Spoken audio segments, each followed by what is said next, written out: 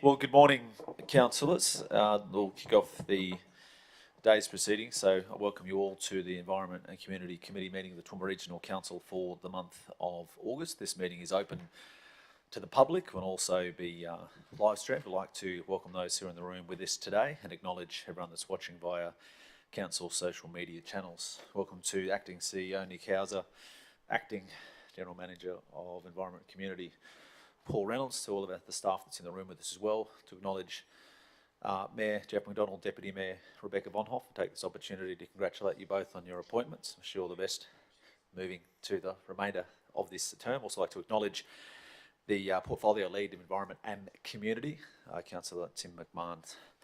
So we go to the first item on the agenda is the acknowledgement of traditional owners. So I'd like to acknowledge the Aboriginal parties whose songlines traverse the lands that we do meet on today, the Western Waka Waka, Jaiwa and Jarawar peoples, and pay respects to their elders past, present and emerging, for they hold the knowledge, rich traditions and bold ambitions of Australia's first people.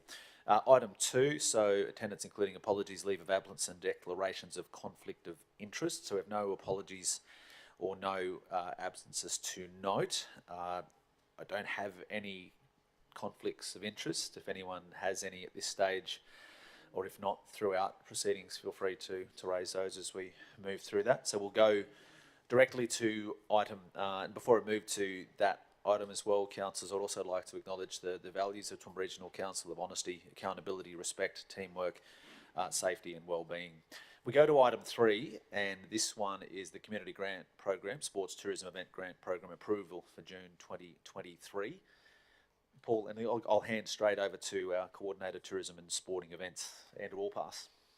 Morning, Chair, and thank you. Morning, councillors. Councillors, as you're aware, our council offers a range of community grant programs.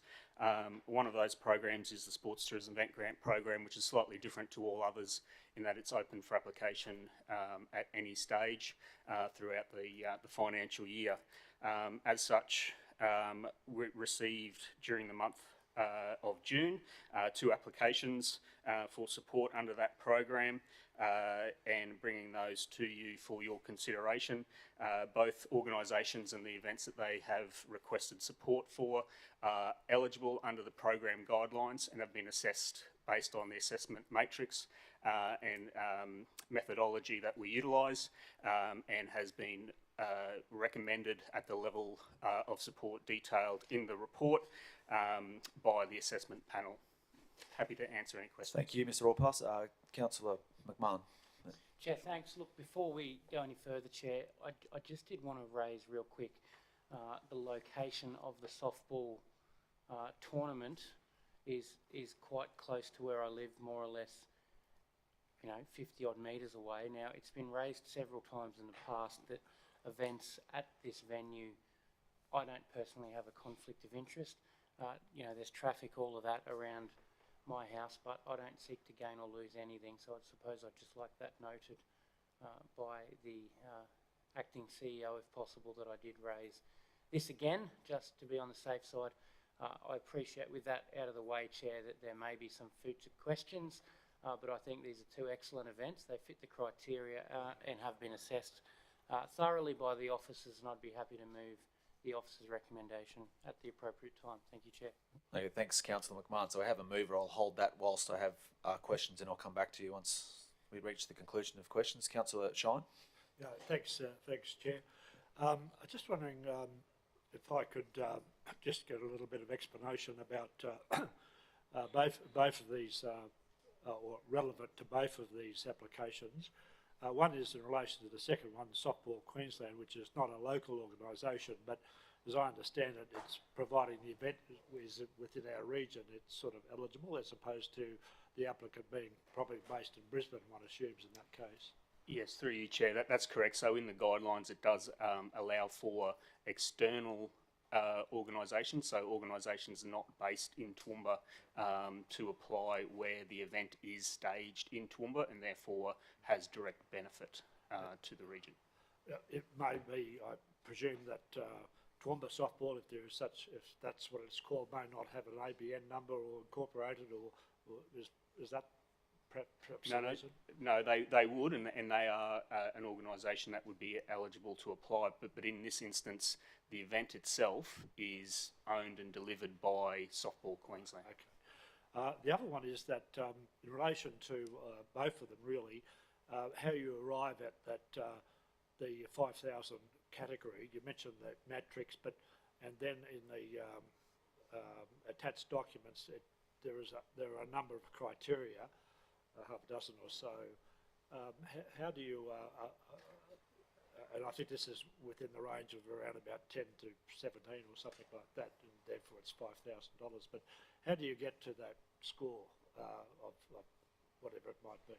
Yeah, thank you, Councillor. So through you, Chair, what we have developed is a scoring matrix that's based on a range of elements, I guess, to help us gauge the benefit or I suppose view different events on a even playing field.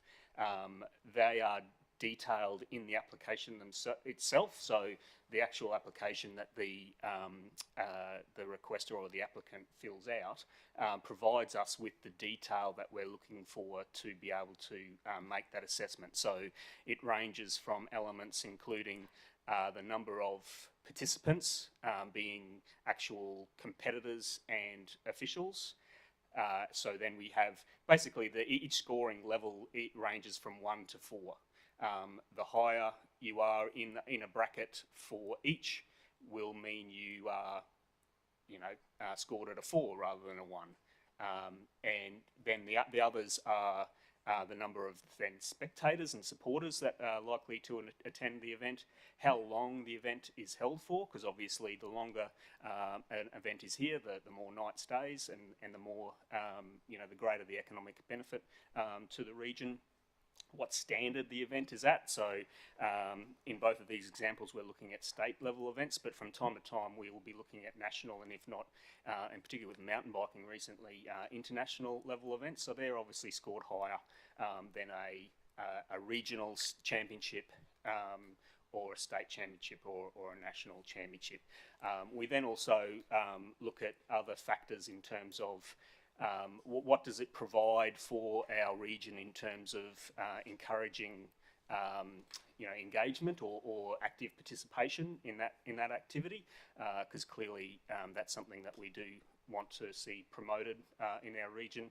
And then there's also then a media component as well. So again, an international level event is going to attract a higher level of media attention than a regional level event. So they're the elements that we utilise. We use based on those a scoring of 1 to 4 for each level. I'm happy to share like more specific, documentation and how we then look at that and how we assess each application. There are also other elements there too where we either add or subtract some points in terms of, is it a one-off event or is it an event that we can build on and host year on year? Because clearly the year on year option is of greater value to us than one that only comes into our region for a period of time and then is rotated around to different areas, part of whatever that association or organisation's strategies are in hosting. So, and then how council's funding is to be utilised. If it's going to enhance the event and develop that event, then we look at providing a bonus point for that as well. So that's how we come to that final score, I suppose. No, thank you, Andrew. I just, while you got you there, you would be aware that it's been announced that the Gabba may not be available for Shield and international games leading up to the Commonwealth Games.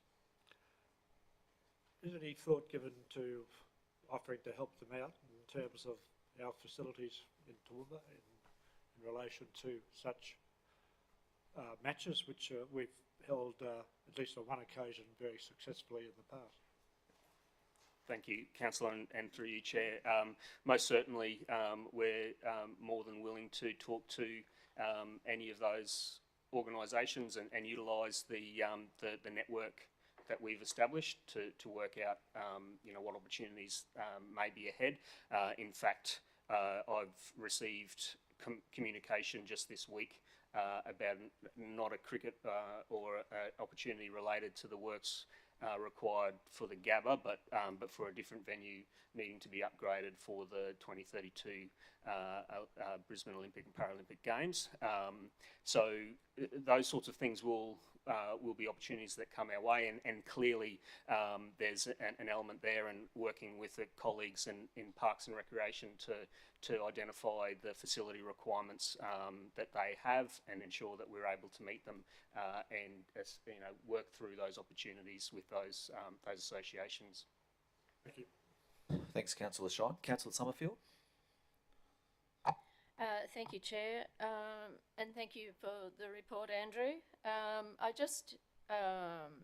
I'm concerned that we were told when these assessments of grants was taken away from councillors, which most of us felt was an important part of our role as councillors. We were told that it was for transparency and judicial reasons that we should be doing this, and yet I find this particular report even less transparent than what we had when we were on those panels, and so that really concerns me.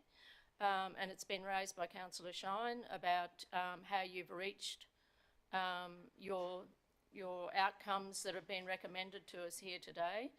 But there's no, we normally have a table outlining each application and the reasons why it's recommended or it's not recommended, how much is recommended. In one case, one of them was an application for 8,000 and 5,000 has been recommended. I feel that we need to have consistency in our reporting on these. So whatever grant comes to us, that we have that consistent reporting, and I'd really appreciate that, and I think it would be appropriate to amend the report before next week's meeting, to be honest, to ensure that we've got a table there outlining recommendations and how much the application's for, just like we have in all the others. How much is recommended and the reasons why that's recommended should be in a table, in my view. And then the other thing I wanted to question was conflict of interest management. So I note that on the panel you have a senior engagement officer for Southwest Area Sport and Rec, Department of Innovation, Tourism and Sport. And I just wondered, is there a potential conflict there? Because you imagine that an officer in that role would be engaging with all sorts of sporting communities across our region. That would be their role. And I just wonder whether that conflict of interest was raised at all when the panel met. Thank you. Yes, thank you, Councillor Summerfield, and through you, Chair. In responding to the last portion of that question first, your last question first, there is a process where we go to the assessment panel members with an indication of the organisation that has submitted an application and request a response from them in terms of conflict of interest, which they respond to, declaring whether they do or don't, or if they are known to that organisation, which, as you say, the representative from the Department of Tourism, Innovation and Sport will deal with a wide range of sporting organisations and potential applicants. They provide an indication as to whether or not that knowledge has an impact on them being able to review the application without any conflict. And if there is a conflict raised, obviously we'd remove them from that panel assessment. In these cases, they advised, all panel members advised that they did not have a conflict of interest, and so we proceeded with the assessment. They don't actually receive the details of the application until such time as they've responded to that conflict of interest request. In terms of the first part of your first question, this report is actually uses the same template as reports we always have had or utilised for sports tourism event grant. The information, while not being in a table form, is provided as the attachment in terms of the detail of the request and the recommendation by the assessment panel.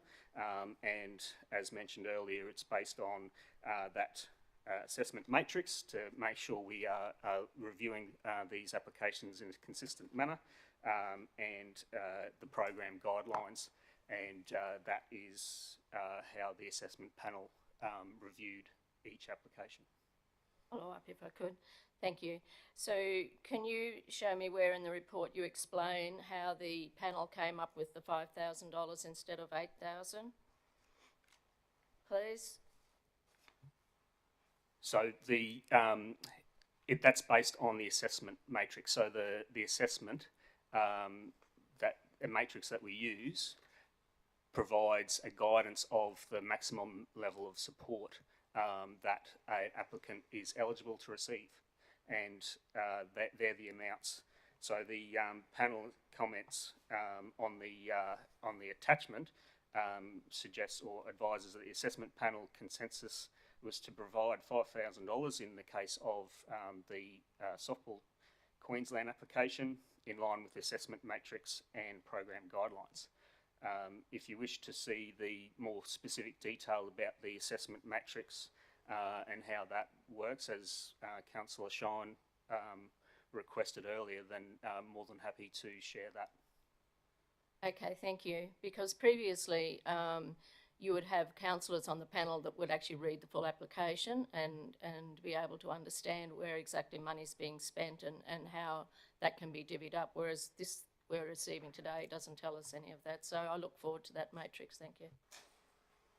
Thanks, Councillor Summerfield. Councillor Carol Taylor. Thank you, Mr. Chair. Look, I agree that it is in a different format to what we had, and I too very much disappointed that councillors are no longer involved with matters that belong to their community in different areas that they have knowledge that others don't. But I want to congratulate Andrew, thank you for the report. I'm personally very pleased, of course, to see the under-16s girls and boys hosted softball here next year, hosted here in this city, but I'm delighted to see that Millmerran Pony Club will be hosting the 2023 Pony Club Queensland State Championships. They've been here at our showground, I think probably that I remember 6 or 7 times, and I was patron for the national ones as well. So this will make an enormous financial contribution to the community of Millmerran, because they come from everywhere. Most of them camp, some would be staying in accommodation, but I just think this is the first time, I believe, that this has gone to a small community like this, and I think it's just amazing, and I think that they'll do an amazing job out there, because country people, you know, they'll be all over it. But I think I have to congratulate whomever steered them towards the Millmerran Showgrounds, and probably it's the local schools committees here that have done that. But I think it's amazing, and I'll be trying to get out there myself. I know it's during Carnival, but I'd just like to, it's not a question, Mr. Chair, it's a comment, and I think this is amazing to see this event, state event, students from New South Wales as well come up, all over Queensland, descending on Millmerran for a week. So I think that's amazing, and this is really, for me, one of the best things that we've supported. Thank you very much. Thanks, Councillor Taylor. If there are no further, question, Mayor McDonald. Yeah, thanks, Chair. Just following on from Councillor Summerfield, perhaps if between noting that you've got someone to move the motion, I'm happy to second it, but between now and next week, if the table could be listed as to the assessment criteria for each one that could be circulated around and just included in the report, so that there's consistency for the next time that comes through, which just simply would show what you've got, but in a table form around the numbers of how that's been allocated, so you get to that total amount. I think that's the clarity that was required, just to get some surety. That way you've got a template that can be consistent for the next time as well. But that said, I'm happy to second the motion. Yep, sure. Okay, thanks. So I've got a mover in a second. If there aren't any further questions with it, I think probably before we go to the vote, I suppose a few people obviously raised a few questions and concerns, obviously, around the way it's presented when it gets to this stage. So I said if we, with the addition of the Councillor Summerfield, started with the table or whatever it may be, if that can be done for Tuesday. But I think also, councillors, there might be an opportunity when we have the next round, when we have that info session or workshop, probably we could potentially discuss how or what that report looks like when it comes to this stage. Because, again, correct me if I'm wrong in this case, the report as we see it today is exactly the same for these grants as it has always been. We've never actually had that table. The only different level has been obviously that stage where we had councillors on that particular panel that would see the assessment. So if we want to see it presented in a different way, I think that'd be a good opportunity to discuss that when we come back with the next round, which would be soon actually, because our round is closed. That's true, Chair, and in fact there are 3 sports tourism grant applications to go through with that time in with that round 1 community grant program as well. Yes. Yeah, good morning, councillors. I believe there's an information session with you later this month. I think it's the 25th, to actually talk through this exact issue in terms of the templating of the report you would like as the attachment to the funding rounds. So the 2 rounds that occur in relation to the community grants program. So if you could put your heads to thinking about what you may want in that table, that would be appreciated. Thanks, Paul. Thanks. I've got sorry, before I go, another question. Sorry, late question. Thanks, Chair. Just remind me, so with this one, I know obviously councillors were on the community grants, but with the sports, tourism and events, were councillors on that panel as well? Yeah. Okay. Thank you. Yes, they were. Yeah, thanks, Councillor O'Hara-Sullivan. Well, if there are no further questions, I do have a mover in Councillor McMahon, a seconder in Mayor McDonald. Does anyone wish to go into debate over this item? If not, I'll put the recommendation. Those in favour? It's carried unanimously. Thanks, Andrew. Thanks, Paul. So, councillors, that does conclude the Environment Community Committee meeting for the month of August. I'll now hand across to Finance and Business Strategy.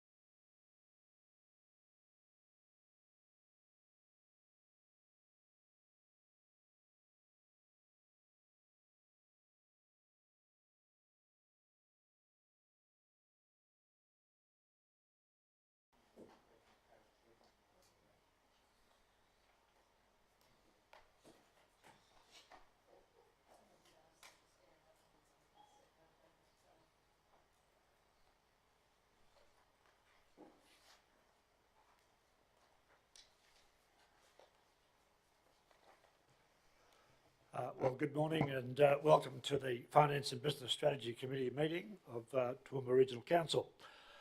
This meeting is open to the public and will also be live streamed.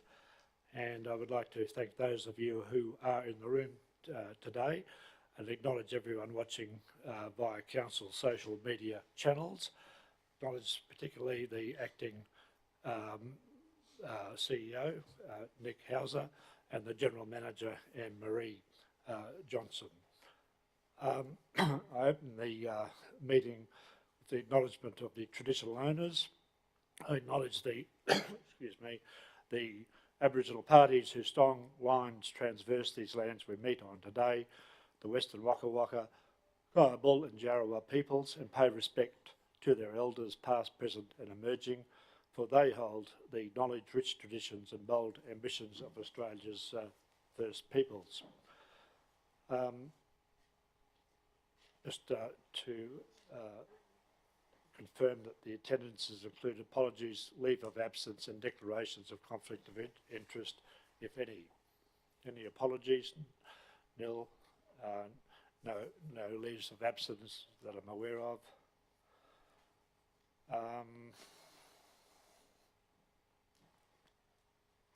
First item on the agenda is item number 3 to be discussed, is the quarterly financial reports as at the 30th of June 23.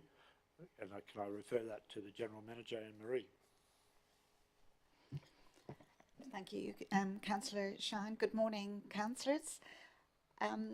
This is the quarterly reporting for our controlled entities, and we have moved this reporting now over a 12-month period from information sessions to committee meetings. This is the management results, so our controlled entities' financial results will be consolidated with Council's financial statements and form part of our annual report, which is scheduled for adoption in October this year. So I'm happy to hand over to Andrew, who can take any questions you may have. Thank you, and through you, Chair. Look, I'll take the report as read, but as Anne-Marie has indicated, this is equivalent to our monthly performance statement for the controlled entities, and so obviously as part of the 30th June process and end of financial year, there will be some changes as we go through the audit process with the Queensland Audit Office, but I'll hand over to questions. Any questions? Councillor Megan?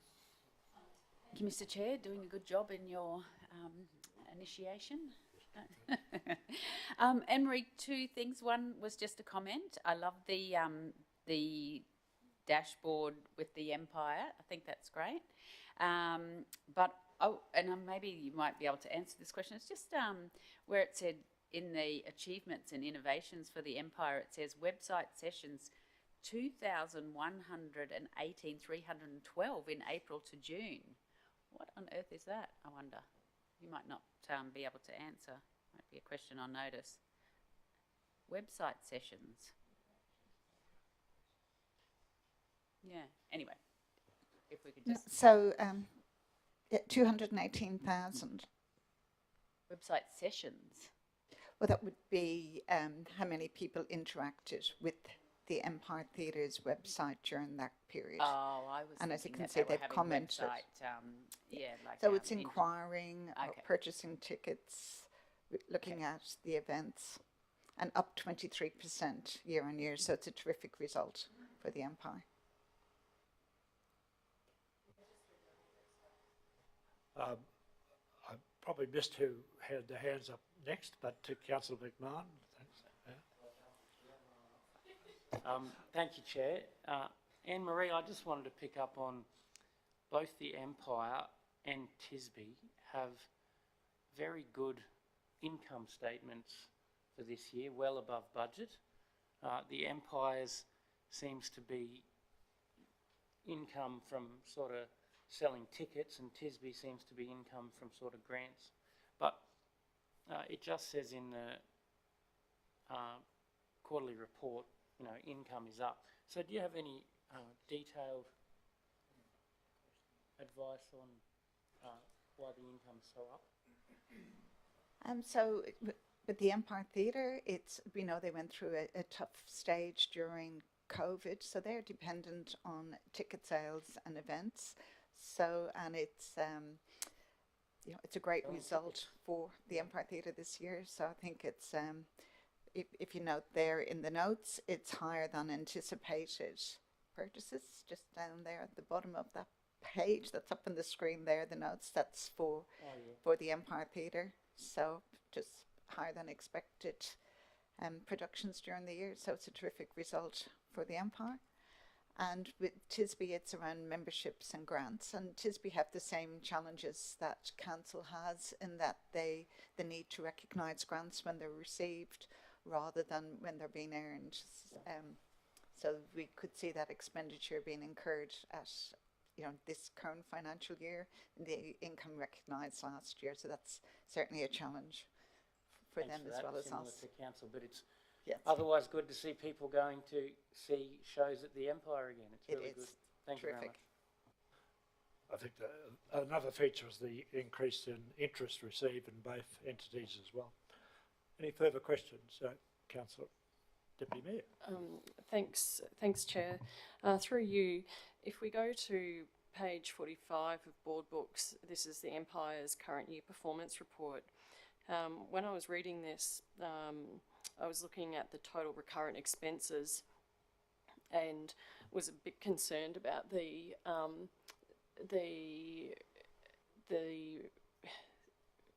quantity of the expenditure above budget for the materials, services and other expenditure. Proportionally, it's quite significant, but then it says below as a note that that is as a result of the they're basically putting on more shows. So then I came above always go to the expenditure first, just as a way of living. But then I come up to the income, and I see it's all come out in the wash effectively, because we've got, to Councillor McMahon's point, a total recurrent revenue that's 1.34 million above budget. So we were 1.195 over in the expenditure, and then they tidied it up with the money that they earned from those productions. So I guess it's more of a comment, I guess, to say that it's, they plan their shows, but then there is this variability in what happens as the months tick by and the number of shows that they can actually host, or whoever says that yes, they can deliver their programs, but the expenses and the revenue balance out. And Councillor, so I know that there is a budgeted margin on each event as well. So that tracks. So that certainly the Empire Theatre, through their management accounts, will be reviewing the income and expenditure for every single event. Some may achieve a little bit more, some a little bit less. And they're dependent on when tours are happening, and it could be a very last minute announcement, and we see that all the time in the media. Even tours that aren't coming to Toowoomba, some of them get announced just a couple of months out, and they'll be scrambling for dates in regional venues. So it's really the budget is as best as can be determined at the time of bringing down the budget, and then will be subject to review throughout the year. Councillor Bill. Thanks, Chair. Henry, do we have a breakup of the grants, subsidies, contributions and donations for the Empire? I may have overlooked it, but page 46. We have included yep, this sorry. as following a request from councillors at a previous meeting. Yeah, no, that's excellent.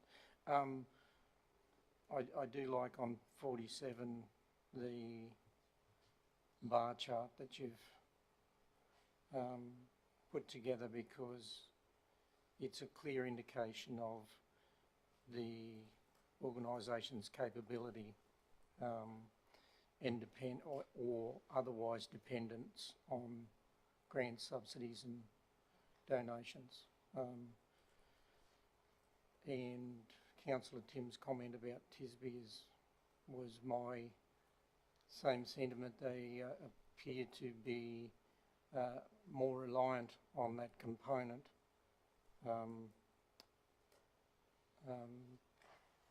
as part of their income, or as a percentage of their income, as opposed to a generation of income in their own right.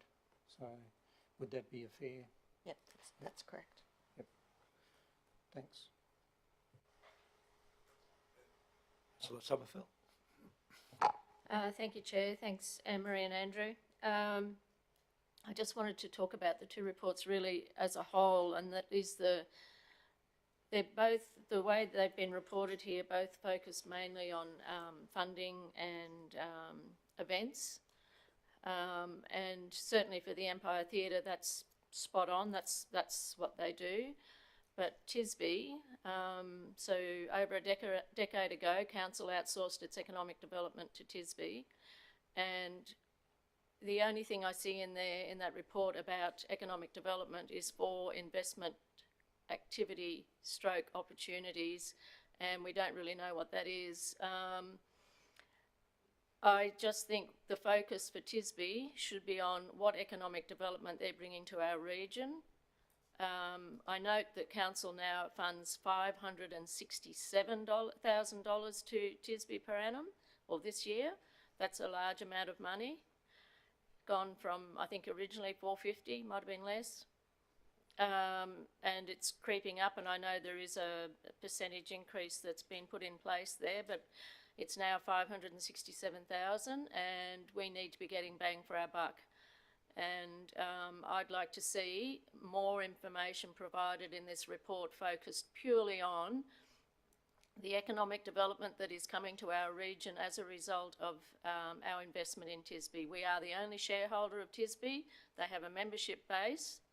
We need to know what what outcomes we're getting for our investment and ownership. So I look forward to seeing much more detail. Whether that's already provided by TISB or not. I missed the last briefing that they provided to us due to another commitment, and I'd like to see a whole lot more focus on that rather than how much money they've got in kitty. Obviously that's important, or how many events they're holding. Thank you, Councillor. Very happy to take that one on notice and include in the next round of reporting. Just for clarity around the increase in these grant, the subsidy that Council provides to TISB and to the Empire Theatre. Last year, the Office of State Revenue made a decision to group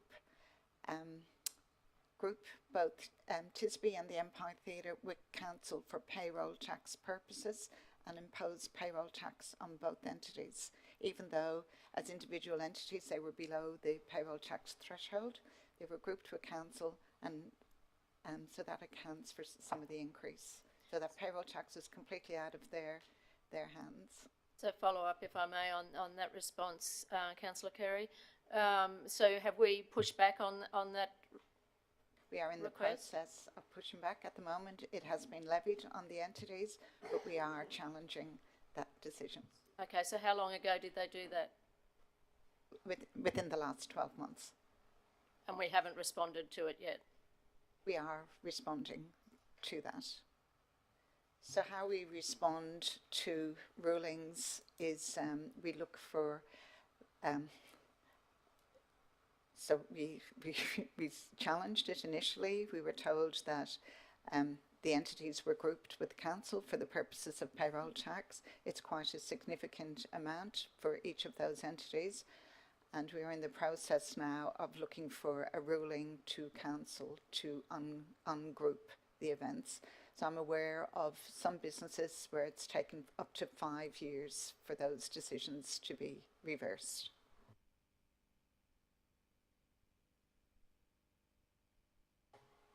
Okay. Councillor Rebecca. Thank you, Chair. Through you, I would endorse Councillor Summerfield's comments about more visibility on what the KPIs are, or what we can actually see for our investment, that what they're doing for economic development. But my question, Chair, is actually on page 50 of the TSBE report, or 50 of board books on the TSBE report, and it is in regard to risks and challenges. And we've got the same sort of pro forma wording that's been in the Empire report as well. And we do have that opportunity in the quarterly briefings, but I think that particularly with the TSBE, it might be beneficial for councils to have a little bit more visibility on some of the risks and challenges outside non-compliance with relevant legislative, regulatory or policy obligations. Because we really want to think strategically, right? So that seems to be the very bottom line.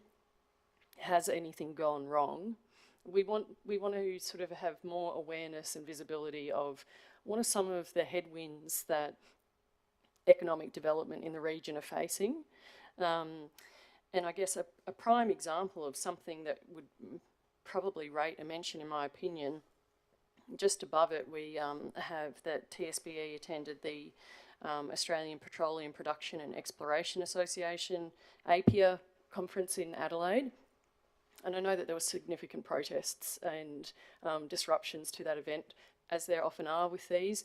But that's the sort of thing, you know, did TSBE have any interactions that warranted a mention, or just a little bit more visibility I think would be helpful, because what we've got there is the bare minimum, and it is a significant amount of money, and it is a really important part of what happens in this region. So if that could be relayed back, that would be Very great. happy to take that one on notice too. Councillor O'Shea.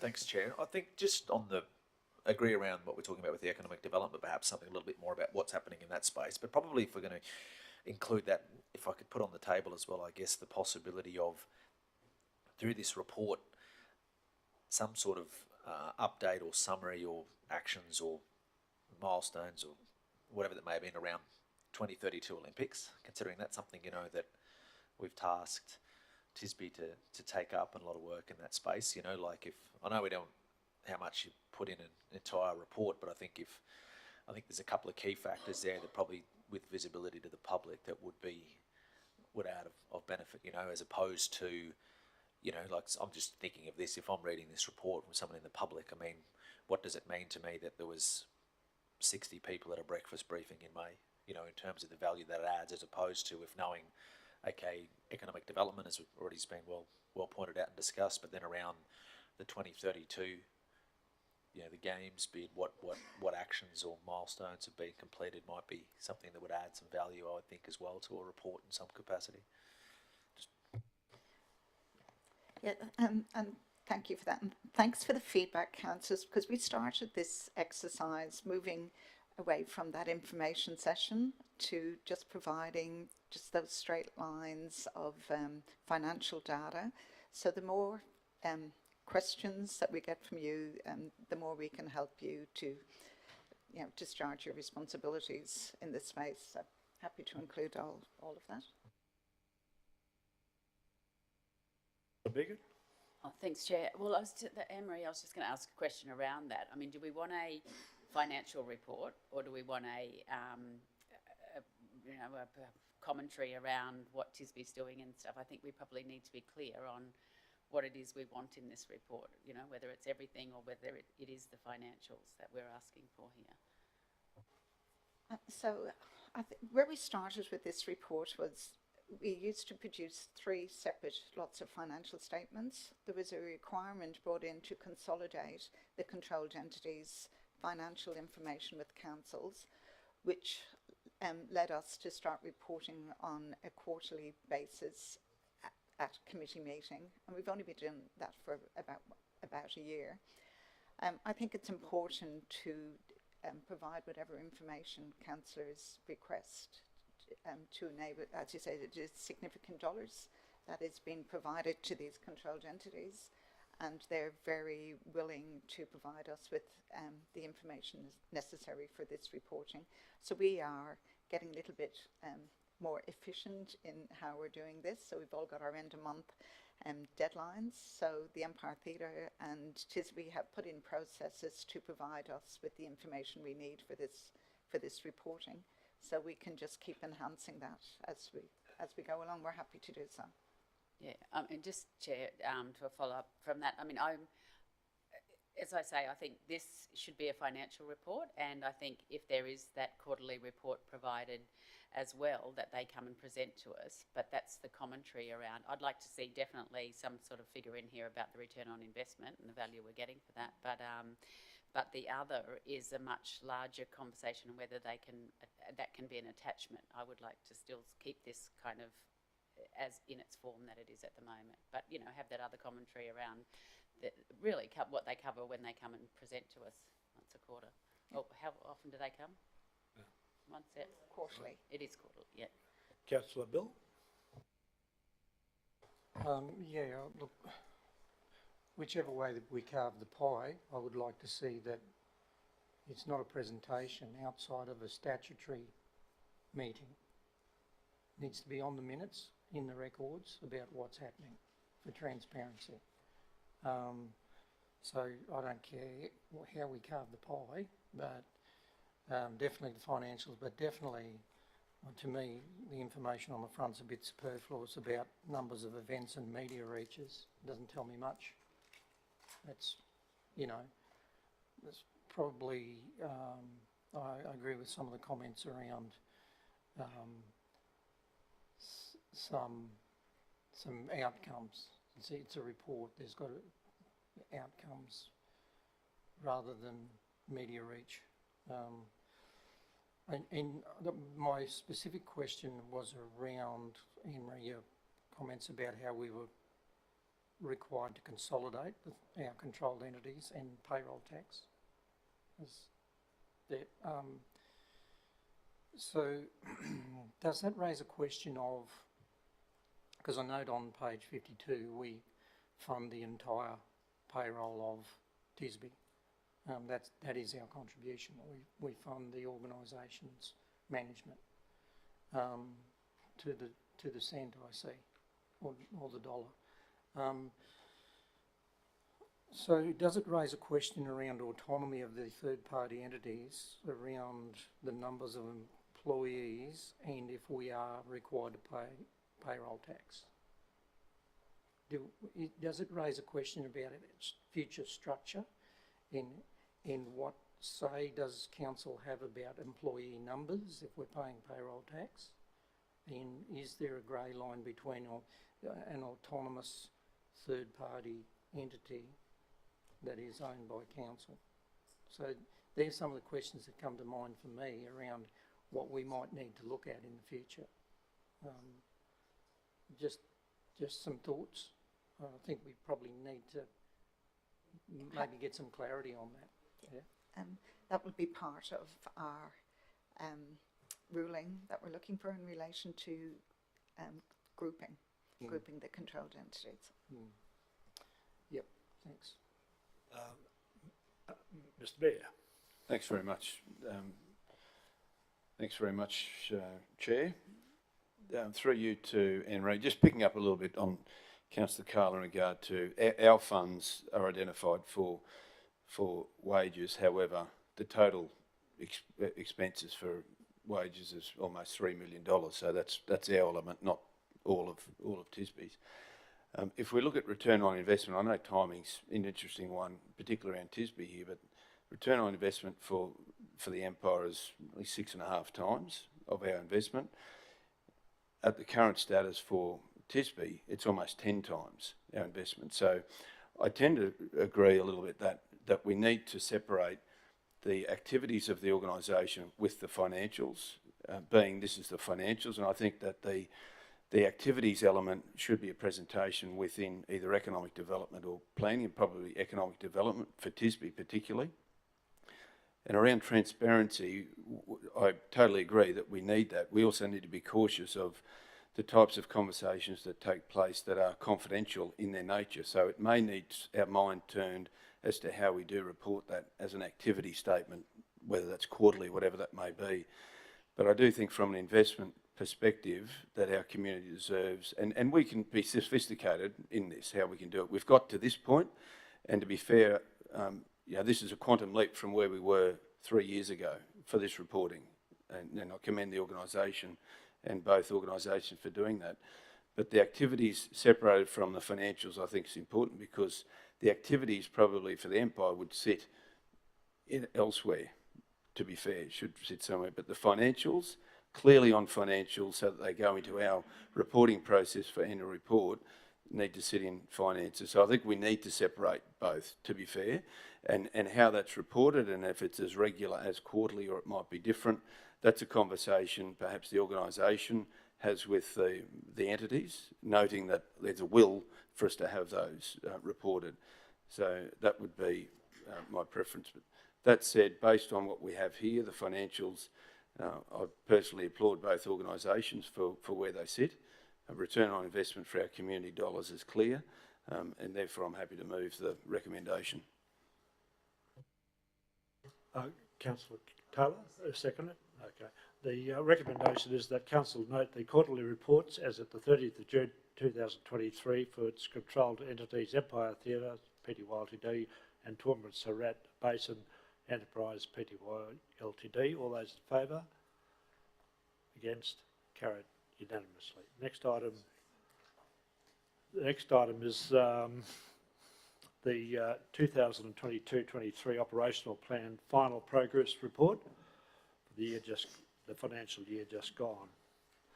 And welcome Anne-Marie again, and Dave and Troy.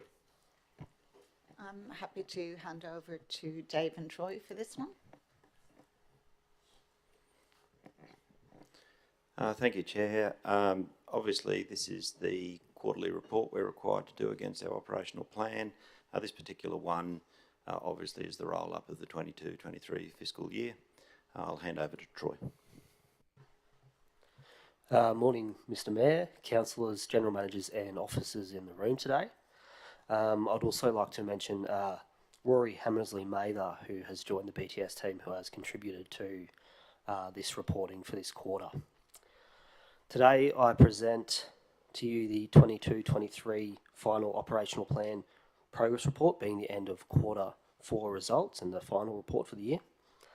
It is always important to highlight that the operational plan forms part of the Council's corporate performance management framework and directly demonstrates the delivery of the 2019 to 2024 corporate plan. The final results for the 2022-23 financial year are sound, with 97% of actions on track or monitor, a great achievement noting the challenging environment operated in the 22-23 year. KPI achievement for the year resulted in 82% on track or on monitor. This is a substantial increase from the 21-22 year. The financial year for 21-22 resulted in 72% on track. An improvement in achievement of KPIs which measure maintaining council's road network work and capital programs have influenced this improvement. I must apologise, there is a pie graph for that KPI that is incorrect. It actually states 72%, it is actually 82%. In terms of the roll-up of the operational plan actions to corporate plan achievement, you may have noticed that the corporate plan goal place is on monitor. This is largely contributed to a particular strategic outcome: healthy and resilient natural and agricultural environment. The result is particularly influenced by the implementation of the Green Infrastructure Strategy and the integration of that strategy to the planning scheme.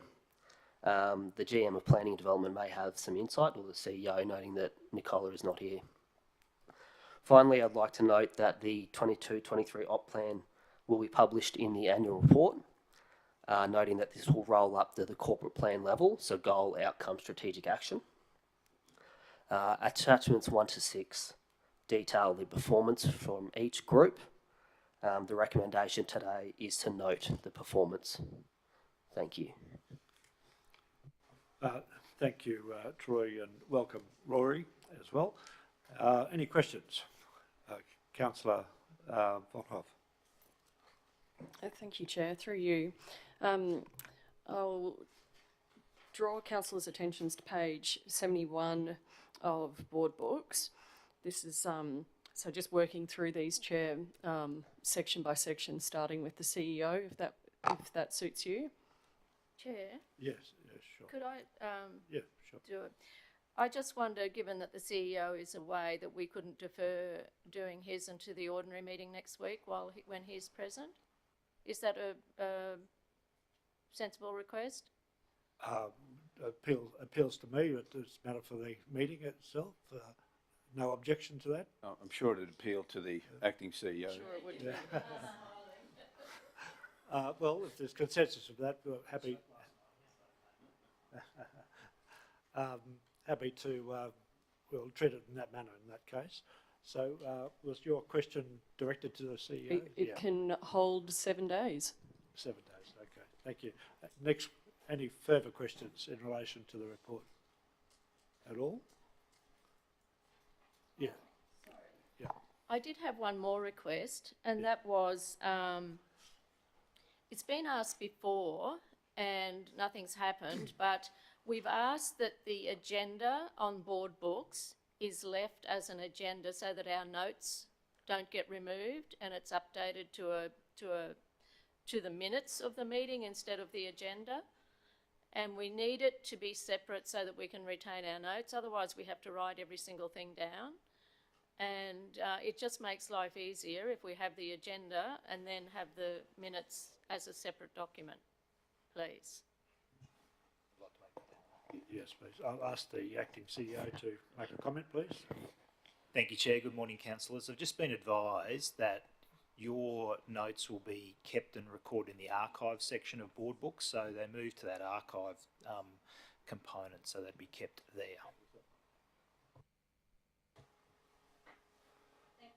If we can provide any assistance with that, please let us know and we work through that. What we propose just to go through group by group, and so the next one is environment. Yeah, Councillor. Okay, thanks, Councillor. Page 115 of board books, please. So this is in the Environment and Community Services group, and it concerns the prescribed burns. So we have an annual target that we successfully undertake all the burns that are in the program. We've only completed 40%, and the commentary there is that burns, boggy conditions and weather, burn plans remain in place and burns will proceed as and when conditions and resources permit. And this is something that several of us have raised in consecutive months, because we have a situation where we've had wet conditions, we have a lot of grass and low cover across the region. We've had a dry winter. I know it rained the last 2 days, but apparently that is actually potentially positive for our burn schedule, because the moisture in the soil means that we might actually get to do some of the burns around Picnic Point and things. But as a general statement and then question, we have conditions that are concerning not just Toowoomba region, but southeast Queensland, and not just southeast Queensland, but New South Wales, Victoria as well, going into what is potentially a very dry and hot summer. And we haven't met our prescribed burns.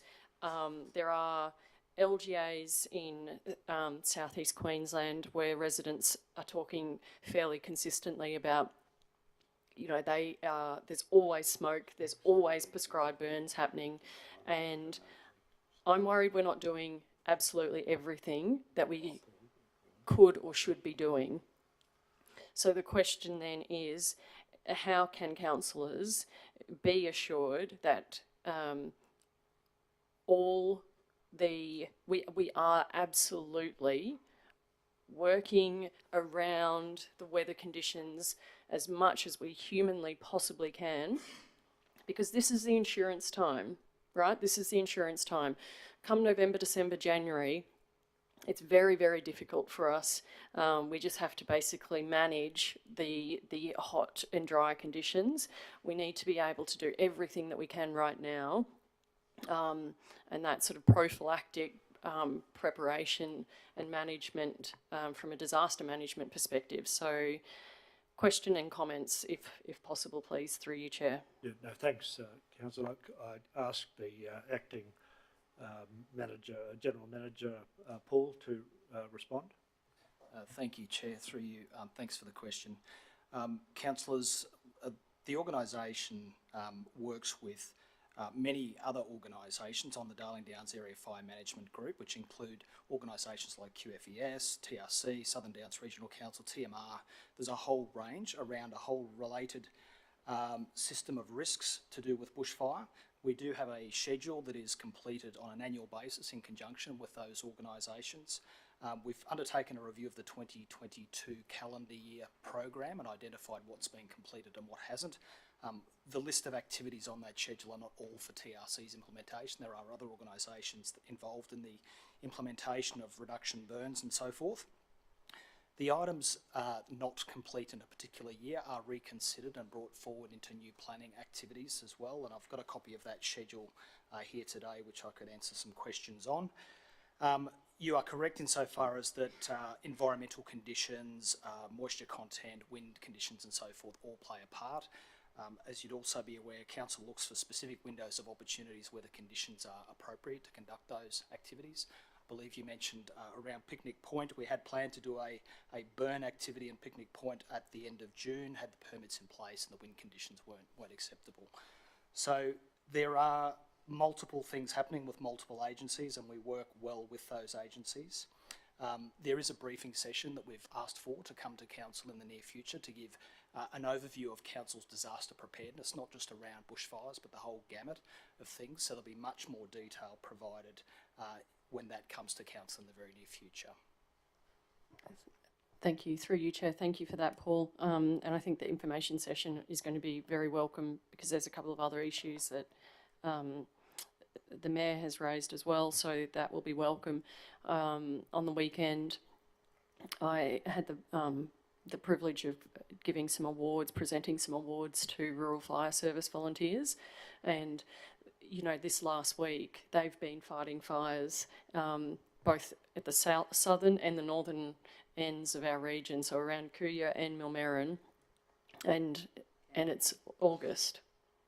So you talk to the people who are doing those jobs, and I guess it's pretty sobering, and it reinforces the absolute criticality, and also raises questions about, is it the case then that Council might need to take on additional risk so that more prescribed burns and fuel reduction burns are completed in light of wind conditions and in light, because it is about managing that risk, but is it the will of Council that we take on more risk now to try to avoid greater risk in the future? So that's maybe something that we can flesh out in that information session, and potentially also the review of the local disaster management plan from 2015. Any further questions in relation to the environment section? Councillor Summerfield. Thank you, Chair. So just in relation firstly to the comments in the performance of each of the KPIs, I noticed that there's a focus on just this last quarter, and really it should be of the whole year, so that you can fully understand that the progress and completion. And I notice FMB actually have, what's your new name for FMB? Fab. Actually have the full year in theirs, and I think there should be consistency in this reporting, and that it should be the whole year, so that we can see whether 80%, 90% or 100% has been met, instead of just this last little tweak. So I'd love to see that in future, the consistency across all portfolios, please. So on Board Books B87, 6890,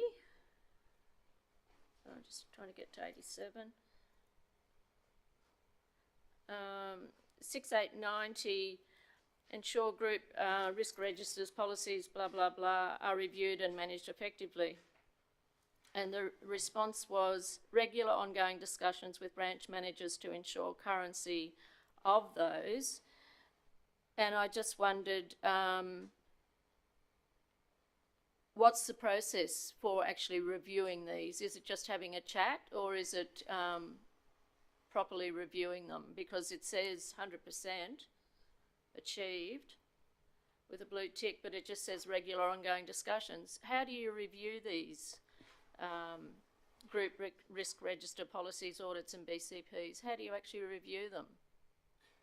Yes, through you, Chair. So it is a regular item on our Environment Community Services Leadership Team agenda. We reviewed them only last week. In fact, was an agenda item. We looked at the spreadsheet, the template, reviewed the content within it, and it set frequencies throughout the course of the year. We go through and make sure the risks, the controls are actually in place and working, and if there are new emerging risks, that they are at least considered as part of that process as well. So within our group, we deal with it through being a consistent agenda item on leadership team meetings. And that reviews them, yeah. Okay, thank you. So then the next one on the same page was 6892. It says actively facilitate service delivery review aligning with communities, blah, blah, blah, and consultation strategies are developed and applied. And then the commentary is, in June, the ECS service alignment review was finalised and staff notified of outcome of the review process. So, and it says 100%. So, are they developed and applied? So this specific matter was in relation to an internal review of alignment, whether we've got the most appropriate alignment within the Environment and Community Services group. So there are a number of activities that were looked at, whether the current service offering is delivered by a particular group, a particular branch, sorry. So the things that were looked at were the Active and Healthy Lifestyles program, where community halls are currently situated in terms of management within the group, tourism and events and visitor information centres, museums, art galleries, aquatic and fitness centres, cemetery services, and pest and biodiversity management. So in terms of the alignment review, it was looking at each of those things and determining its current location in terms of which branch it reports through and whether that is still the right place for it to be or whether it should be in another branch within the group and whether there's more synergies with activities being undertaken in another branch. So that was the process that was undertaken. There was fairly lengthy consultation with staff of all levels in relation to these specific topic areas. Very useful process, I think, generated much more awareness around the scope and delivery of some of these services. So where things like pest management or biodiversity, there was discussion around whether it should sit in Parks and Recreation or Environment and Regulatory Services. Increased awareness through that engagement process was perhaps the biggest outcome, positive outcome of the process. So you did find some changes that could be made? I guess the general takeaway is there was a level of comfort that where they are at present is suitable, but there are some minor tweaks happening. So certainly some discussions happened through that process around the recent council decision around outsourcing aquatic and fitness centres. We're currently working through a process between my branch and Tani's branch around who may be best situated for the management of the community room space at the Highfields Library, those sorts of operational matters. So that engagement process has been very valuable, better understanding of what one another does and whether there's better synergies or better alignments that can occur within group. Okay, so any changes have been identified and applied, implemented? In the process of being implemented, yes. Okay, so probably shouldn't quite be 100%. So 89, MBAC and Highfields. It talks about continue to service the community through quality aquatic and fitness programs that cater to all ages and abilities, 100%. Is the closure of those facilities reflected in this at all due to staff shortages, which we have been informed about during the year? The short answer is yes. There were very few closures that actually did occur as a result of staff shortages. There were more part-day type closures that occurred. Obviously, with the recent council decision and the transition to an outsourcing model, particularly for Milne Bay, which is where we experience most of those staffing challenges, continuity of service, we believe, will be greatly enhanced through the outsource model. We're currently in the process of finalising those contracts, and the successful company has been on site and met with staff. I think on the 1st of August they were up on site. They brought 10 of their senior representatives to talk to staff around career opportunities for them. And I believe they're back again next week to continue those discussions. So the formal handover process we think will be very early in September. Yeah, okay. So I guess that comes back to the reporting for the quarter instead of the year, because there's no reflection in there of the fact that we did have closures and so we didn't have continuity of service. So I think it's so important that we have the full year's commentary in there. This is our final progress report for the year, and it should be comprehensive, ensuring that the whole year is reflected in it. So on Board Books 90, KPI 6934 and 6935,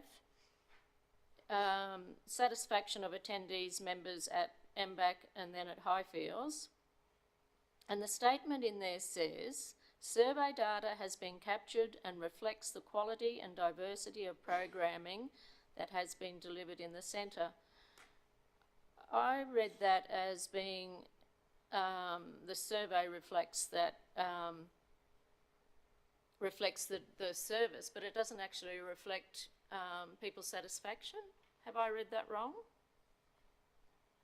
So the assessment of those two scores relevant to those KPIs were surveys conducted with participants in programs, be it a PT session or a group fitness class or a learn to swim class. So that's where the feedback is coming in terms of whether those programs are meeting the expectation of those participants. Yeah, see, I don't read it as that. It says survey data has been captured and reflects the quality and diversity of programming that has been delivered. So it says that's what's being delivered. It doesn't say whether they're happy with it or not, is how I read that. So for clarity, you're seeking feedback on whether the breadth of service offering is adequate to meet the community expectation. That's what we need to know. Right. We don't need to know that what's happening is they're aware of what's happening. That's, I think we need to understand what their level of satisfaction is with that. B91. Oh, the volunteer survey. Was council briefed on that? I know I did miss a number of briefings at some stage and I don't remember everything. Were we actually briefed on the volunteer survey outcomes? There was a councillor information session to do with volunteer management more broadly. I'm sure the survey was touched on during that process. The survey was only recently undertaken, so just prior to the end of financial year, so the last 2 weeks of June 2023. There was 189 responses, and there's a whole range of questions that were asked around a range of matters to do with volunteering in terms of their experiences and breadth of offering, and all of those sorts of things were included in that. That final report is not yet finished. It's been reviewed by myself, but just the final, I guess, aesthetically pleasing, I guess, the graphic design version of that document is not yet done. So when it is, it'll be circulated. Okay, will that come to be ratified at council or? I can take that on notice, councillor. Thank you. On Board Books 94, we've got 6977, the Civic Maintenance Program, development and implementation of a facility maintenance plan for the Civic Precinct. I couldn't work out whether that meant the external buildings in the Civic Precinct, whether it meant the external furniture in the precinct, or whether it meant the internal buildings in the precinct. And I note that it's ongoing discussions about who's responsible. I've reported previously about the furniture out in the Civic Precinct and how it's all flaking and not being maintained. I'm just wondering, what's the issue that it's not resolved as to which department looks after, and what is it that you're trying to work out is being looked after?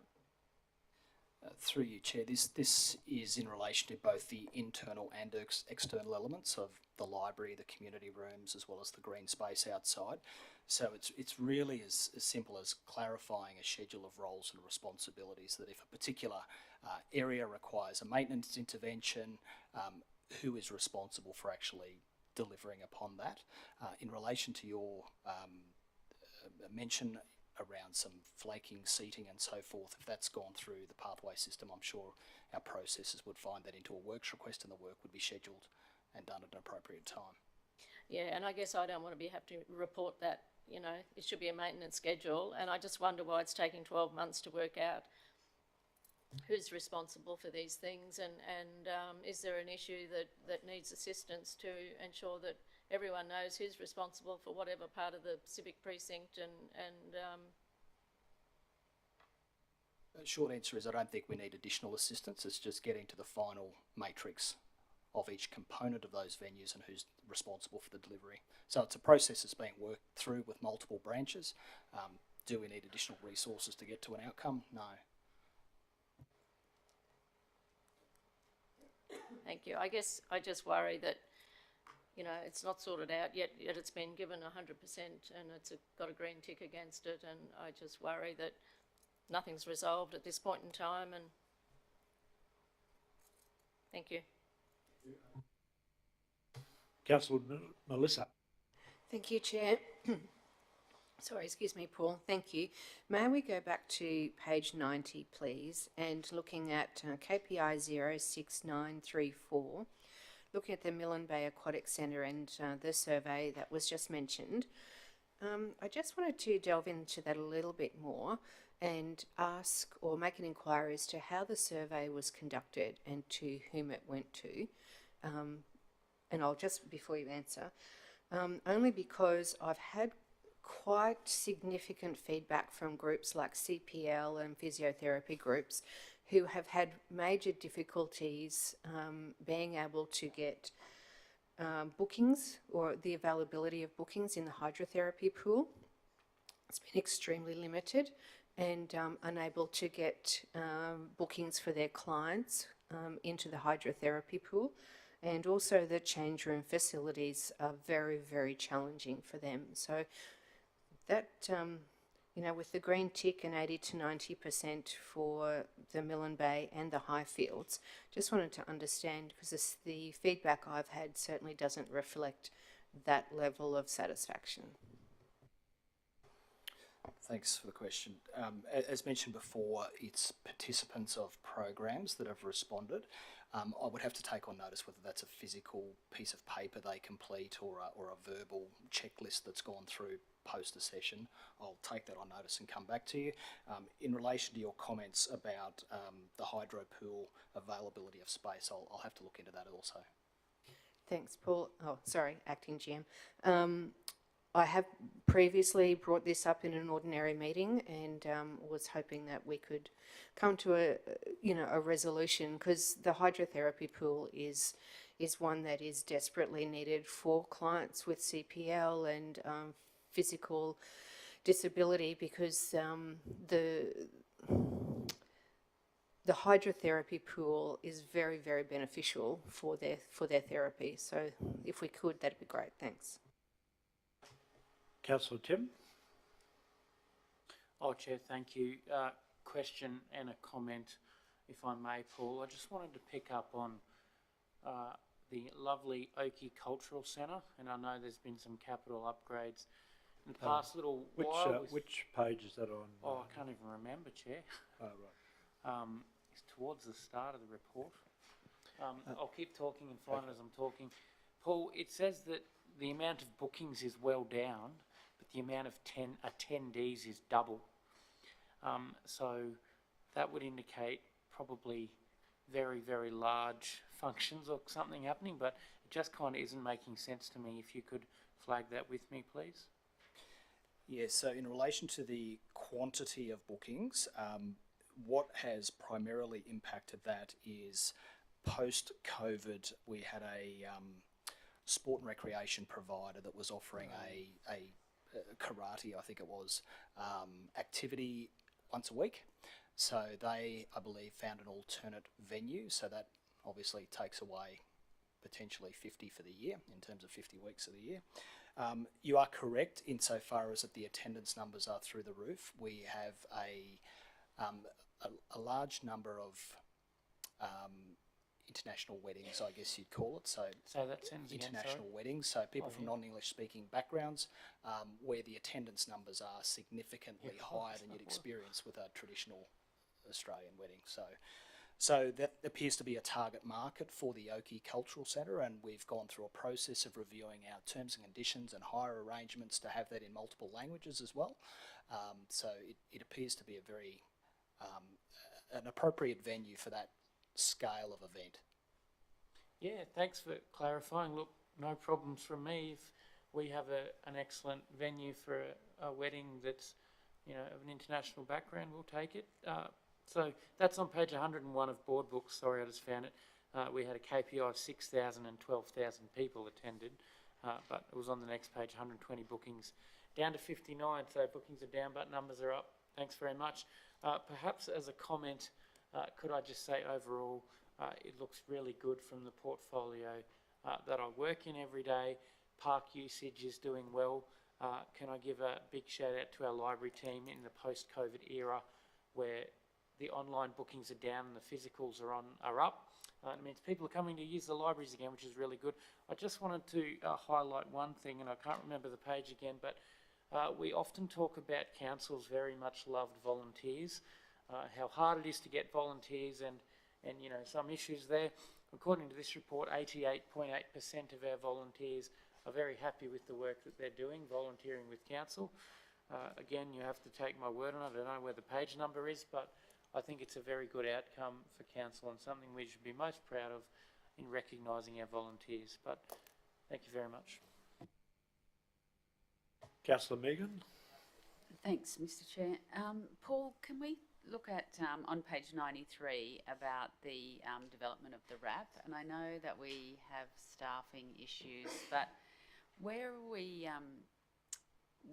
we headed in terms of being able to, you know, develop our RAP? And I have to admit, I was disappointed.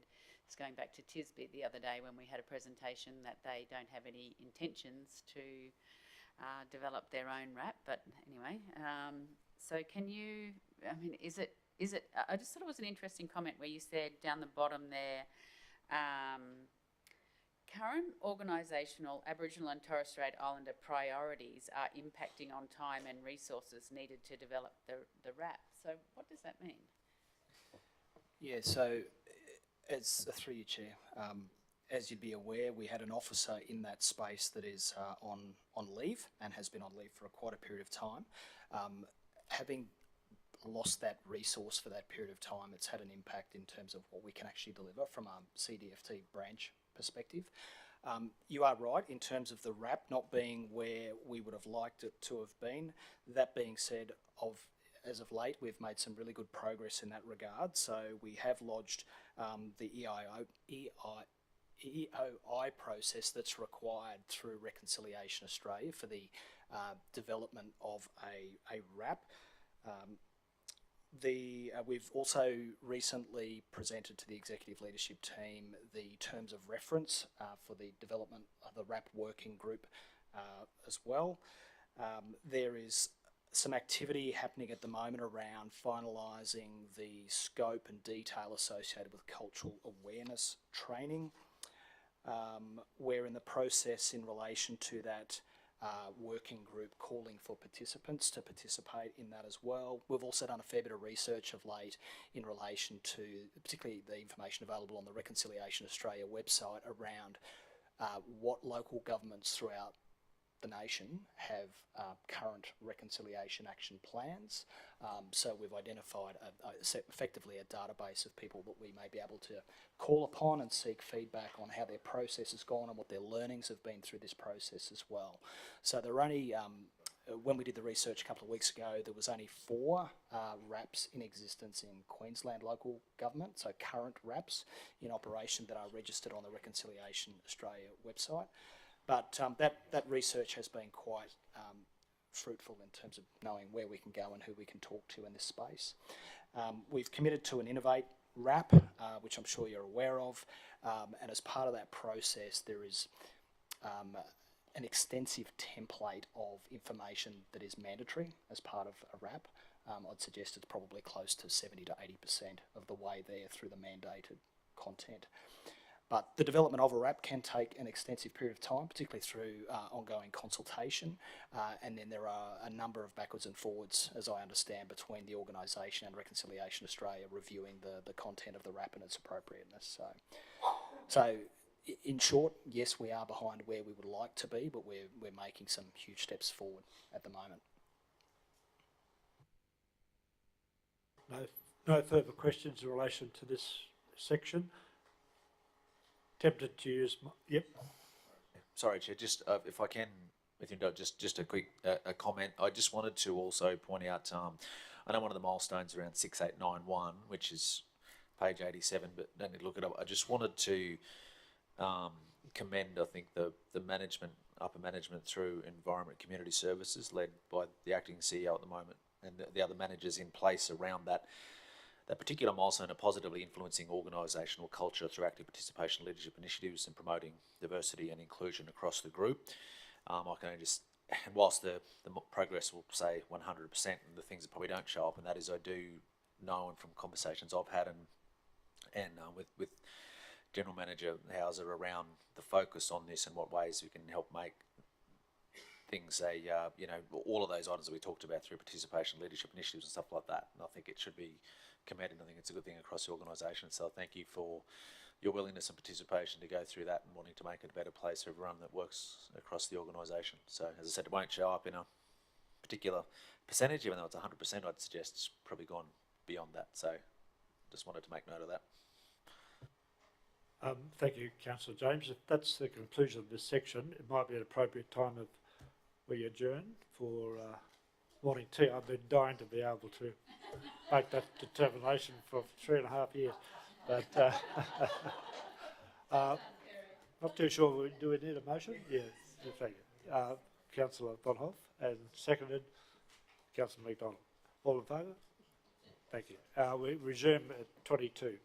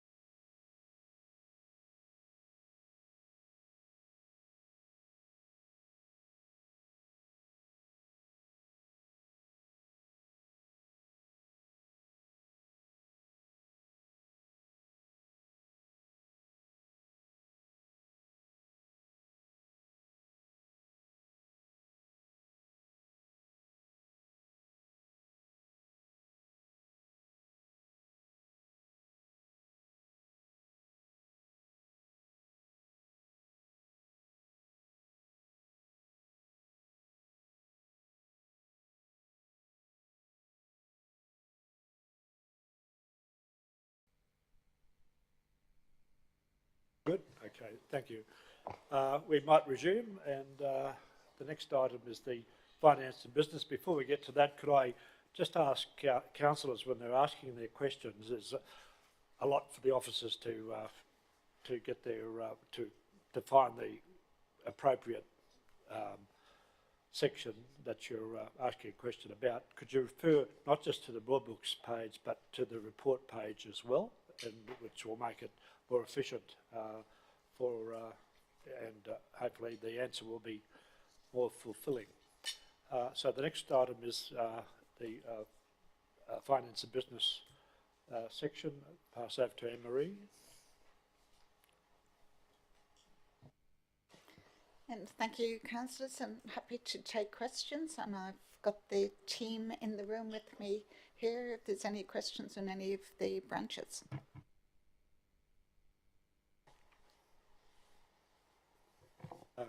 Mayor. Thanks very much, Councillor Shine. Page 73 on the no, not the board books, on the other, the actual printed copy. Page 139 on board books. The KPIs around council payment terms, noting that we've got 2 red crosses. But I think it's worthy of highlighting, and the change that we made, council made a decision around centralised procurement, and I guess a question will be around how that's progressing and how far are we to having that completed. But before doing that, it's a red cross, but it's worthwhile noting that total invoices for last year, 66,587. This gives people an idea of the enormity of the traffic. 52,500 of those, or 79%, paid within the agreed terms of council, which remains 14 days from date of invoice. So from a local business or a supplier to council, to know that we've got basically 80% of those paid in that time is still an extraordinary effort. Albeit there's a red cross, I would think that maybe an amber light would have been better, to be fair. And not sugarcoating something, because that is a phenomenal change from where we were 3 years ago to where we are today. So bouquets to the organisation, but I guess a question for you, Anne-Marie, is in regard to where we're progressing in the scale of having all procurement under the one hub of procurement to enable us to get further advance from the 79% for this current financial year. Thank you, Mayor. So the centralised procurement has been finalised. So all branches within council are now part of the procurement hub. We implemented the supply chain system from the 1 July this year. That is presenting some challenges for us that we'll see in group report next week. So reporting at the end of July. So great result really at the end of June. So we're really happy with that. A few vacancies still within the team, like most branches across council. We're all carrying vacancies at the moment, but we're filling them and upskilling our new employees. And so, yeah, onwards and upwards with this one. No further questions? Yes. Councillor Nancy. Thank you, Chair. Thanks, Anne-Marie. So board books, page 137, the very top one is 6636, undertake an indexation review for all asset classes not subject to an external evaluation and process where required. And the comment says, communication to APV to commence process. Work continues of data preparation, but it says 100% completion. We have the page number of the report on that one? It's up there, is it? Okay, thank you. Okay, thank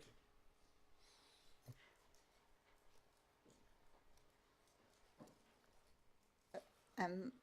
So Councillor, I acknowledge that's not a very good description, but it is an audit requirement that we carry out that indexation for all asset classes that are not subject to a comprehensive revaluation.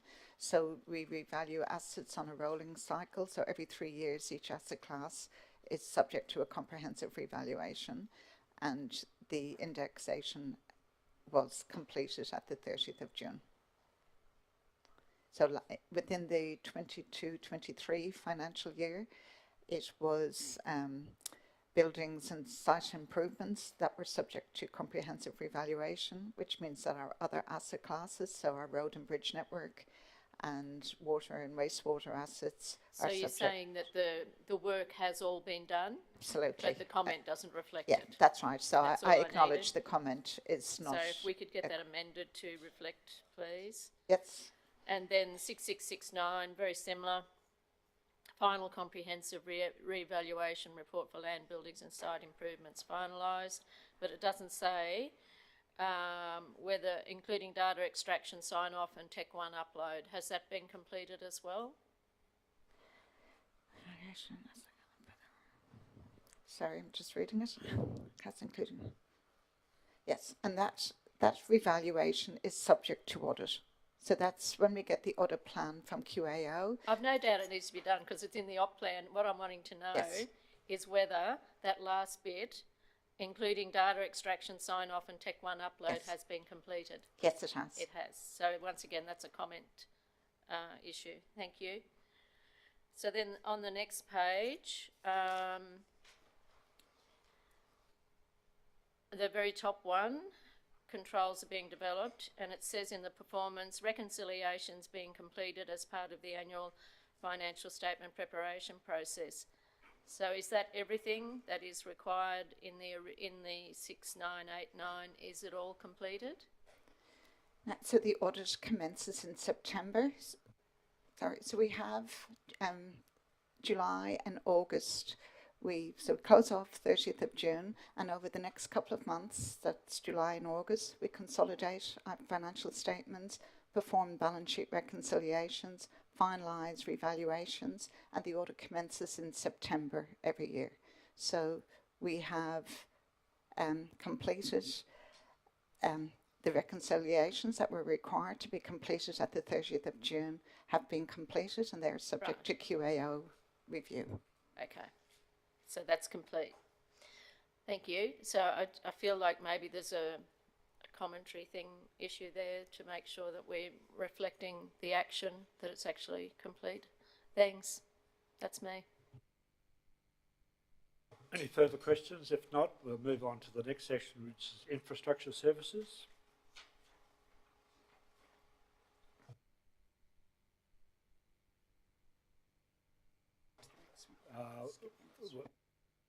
Skip that and go to the following one, which will be,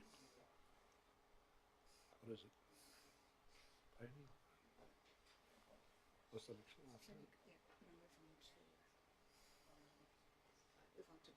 Yeah, planning. Yeah, planning and General Manager Nicola, thanks.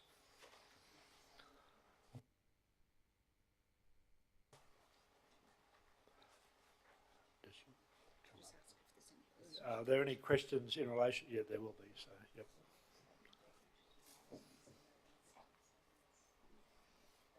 What page is that on?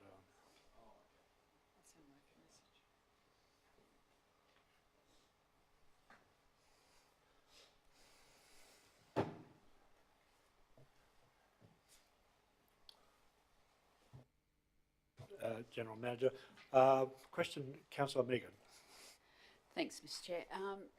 Dr. Nicola, one comment about the on page 126 of the report, 194 on board books, just about that there's no, both appeals were in relation to refusals have been resolved since at the end of the financial year there was no open appeals. So wanted to say thank you and well done. You know, I think that's the first time in, I don't know how long, a very, very long time that there have been no appeals. So that's really terrific.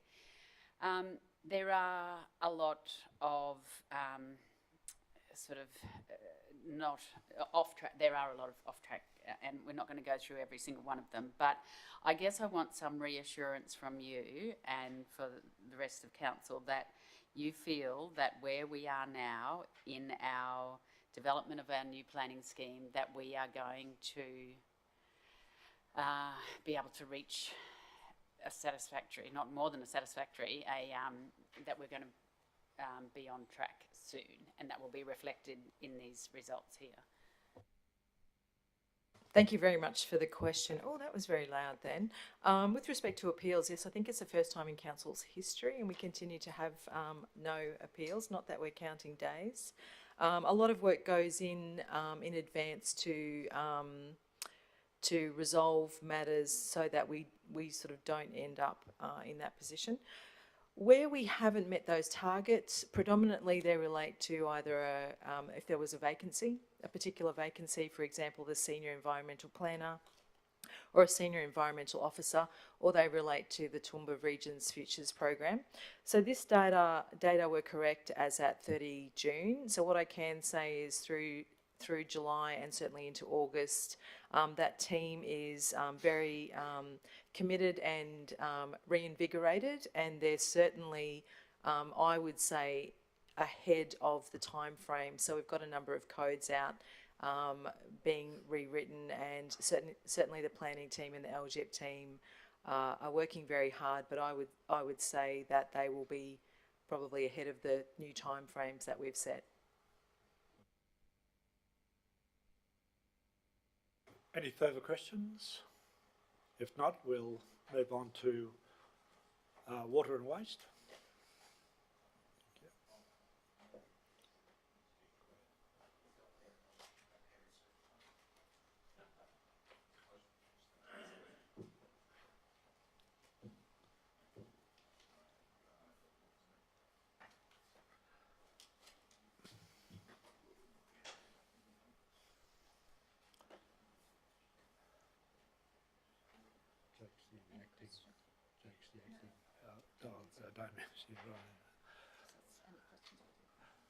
Any questions for the General Manager, Water and Waste?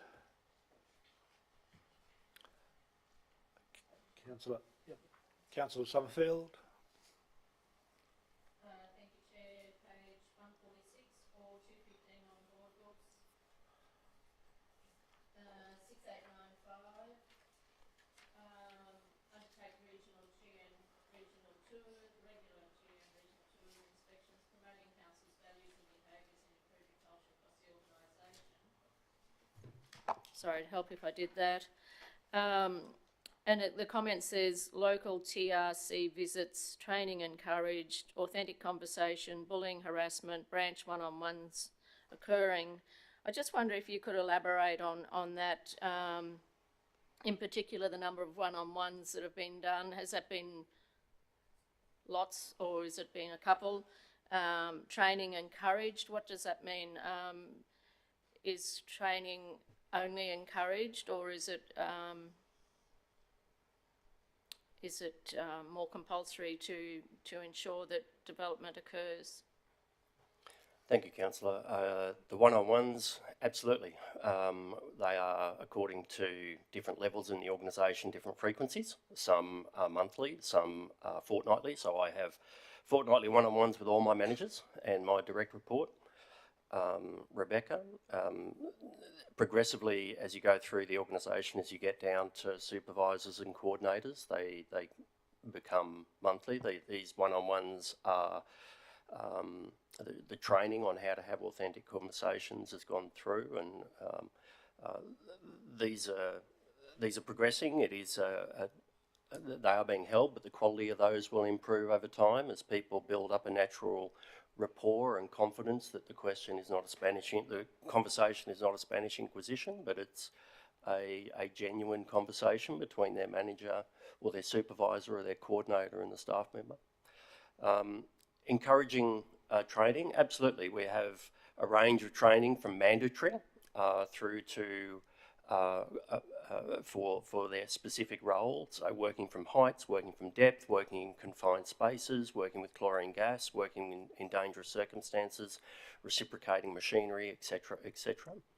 And then on top of that, our engineers have RPEQ, continued professional development training that they need to do, as well as other staff with specific training for their occupation, be they plumbers, be they our coordinators, be they tradeways people, be they people in our waste services area, environmental compliance, etc.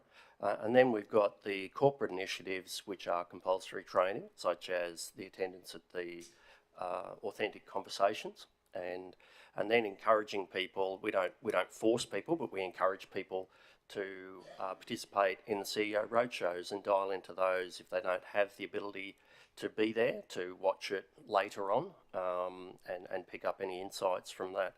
But also we're investing in our people. I think we did an expression of interest just recently, Jake, I thought it was last week, in relation to who would like to go to some water forums that are coming up, and are actually Toowoomba's hosting a couple of those coming up. So yes, Councillor, we encourage continued professional development within budgets, and we encourage all of our staff to do that. Jake, do you have anything else you'd like to add on that? Just to reinforce your point there, Damien, that councillors, there's a varied and wide range of conferences as well as continued professional development across the water services sector, and there's strong support and from the management team and through the General Manager for attendance at those forums and conferences. Just now we've got some people away doing some development in contract management practices to improve themselves. So we've sort of lent in on the basis of some of the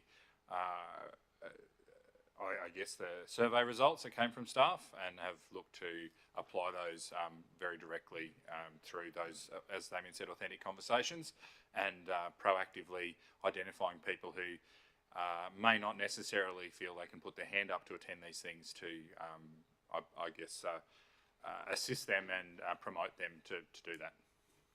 Thank you both. And noting that that particular one I questioned about was promoting council's values and behaviours in improving culture across the organisation.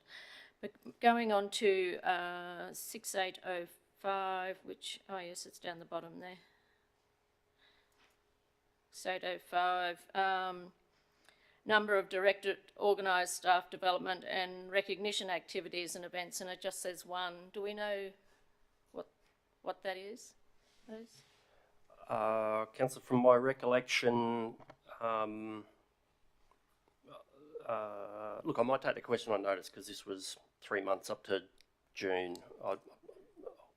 Jake, I don't recall which one that was. There was a few activities conducted across the directorate. In particular, one Damien attended was at James Cook Centre, where we hosted a morning tea for many people that were leaving and new staff, those sort of activities. But there's also the upcoming, which may have been included in this for the year, was the Staff Recognition Awards. So I know that's coming up for Water and Services Department. So the one that's mentioned here may have been a carryover from that to be a KPI hosted annually rather than on a quarterly basis. Yeah, thank you. So it should be for the full year anyway. So on the next page, 7407, a number of leadership engagements undertaken to positively influence organisational culture, including the promotion of diversity and inclusion. And I note it requires 8. It's got the Clifton CEO Roadshow, opportunities for staff development with APA process, opportunities for staff development with higher duties and managerial roles, one-on-ones occurring, cultural improvement meetings and planning happening in branches. I wondered what opportunities meant by leadership engagement, and there were 8, and it said 8 and green tick, so I just wondered, could you comment perhaps on that, please? I'm happy to provide some more details, Councillor Summerfield, but at all of our management meetings, for example, we have in our agenda acknowledgement to country at every fortnightly managers meeting. In all of our meeting rooms, that acknowledgement to country has been recognition of country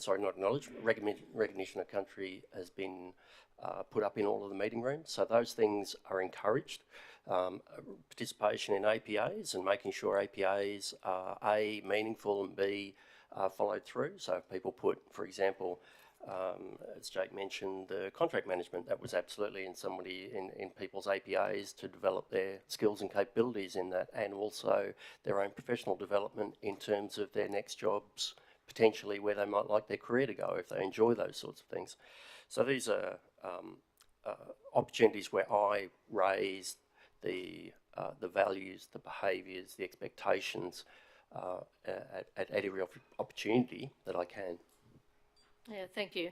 I think the culture was reflective of people being able to work in a safe and happy environment. But appreciate the comment. Thank you. No further questions. We'll move on to infrastructure. I ask the General Manager, Mike Brady. Thank you.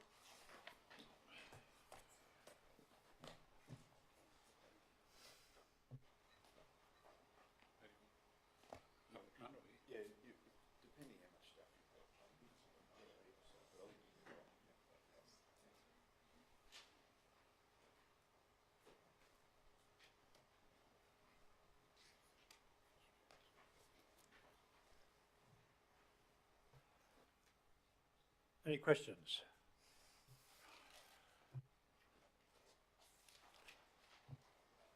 Councillor Summerfield. You would have seen I did wait, Councillor Yes, Carey, but I nobody else put their hand up. did Thank notice. you. Yep. So Board Books 163, which is page 96, I think, on the book. 6883. Promote council's values and behaviours and improve culture. Comment says, in June, the General Manager continued regular one-on-one catch-ups and direct reports and attended one staff event. So this reflects on my comment earlier about having a whole of year reporting in the comments. You weren't here, Mike, earlier, but we've got a variation throughout the report. Some of them report to the full year and some of them only report to like the month, as in the case of this one, or the quarter. I'm assuming that you didn't just do what you did in June wasn't what you did throughout the year, that it would have been throughout the year that you were doing that sort of thing? Yeah, most definitely. That's probably just, I'll say, an average month. And as Damien just pointed out, all sorts of things are covered through a month with each of the teams and branches. I suppose the one below there's 0689, which is a target of 8, and 17 actual in regards to attending construction maintenance type events. Well, not just C&M events, but across the board, across the infrastructure services group. That's a whole year view there. GM regional tours, inspections undertaken, 19 against a target of 10. So getting out and about with teams and doing different types of events and you know, encouraging and motivating teams is, you know, part of the job, and we try to get out as frequently as we can. Thanks, Mike. So I did wonder about those others, the following two as well, where you say that you attended barbecues and breakfast and whatever. So when you say you attend them, do you actually speak at them as well to follow out, you know, this positively influencing organisational culture through active participation, etc.? You do actually speak at those breakfasts to engage the staff, or do you just attend? It's not clarified in that commentary. Yeah, no, I'd say 99% of the time speak. Probably, yeah, I'm typically a speaker at nearly all events that I attend. So I'm there as part of it. I'm very engaged. We go we're one council, one TOC, we're one team, and you know, we work very much towards that goal. Thank you. So then on page 100 or 167 on board books, the percentage of footpath and cycleway program delivered, it's only 38%, and I just wondered the reason for that, if we could find out, please.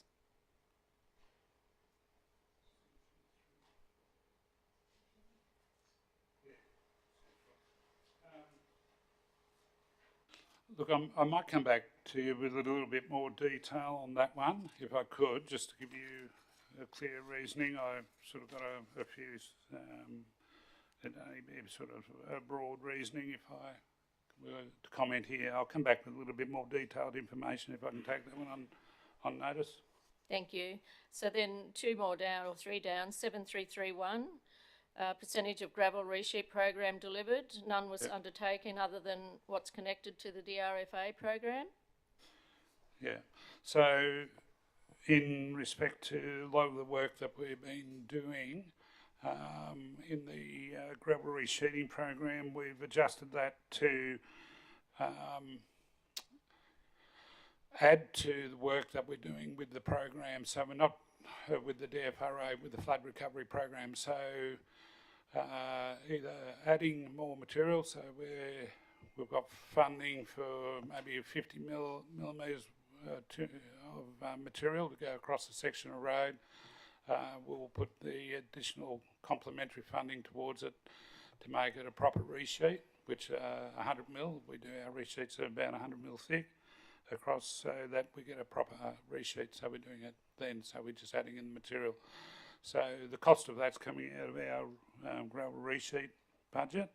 So we're focusing on supporting the flood, getting the best out of the flood recovery program. That said, there's across the region though, there has been separate resheet jobs done as well. But this one being in Central, their funding that we had allocated in that space went to supporting the work that we're doing within the flood recovery program. Okay, so do you still feel it's truly reflective in saying 100% complete when we actually didn't do any of our standard gravel resheets that we would normally do in a year? Well, it is in respect to the budget being expended. It is in respect to the program, that the gravel resheet program is fairly, well, there are key road network areas, but the last 2 years with the flood program and the flood damage that we've had to adjust right across the board what we're actually investing into with the funding that we have. So it's been prioritised, it's had to be somewhat reprioritised as we work through each year with what we're trying to achieve out there. Thank you. So then the next line talks about rehabilitation program delivered, and it says no projects program. Could you help me to understand what that means, please? Yeah, so the rehabilitation programs, there wasn't any for C&M Central in the last in the financial year gone. So those projects would have been in the north and the south.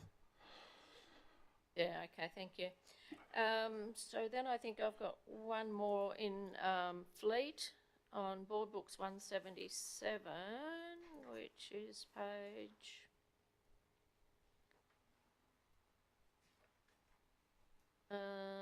109. The fleet replacement program. I just wondered, and this is probably a question more for the current year that we've moved into, but I just wonder, have we reflected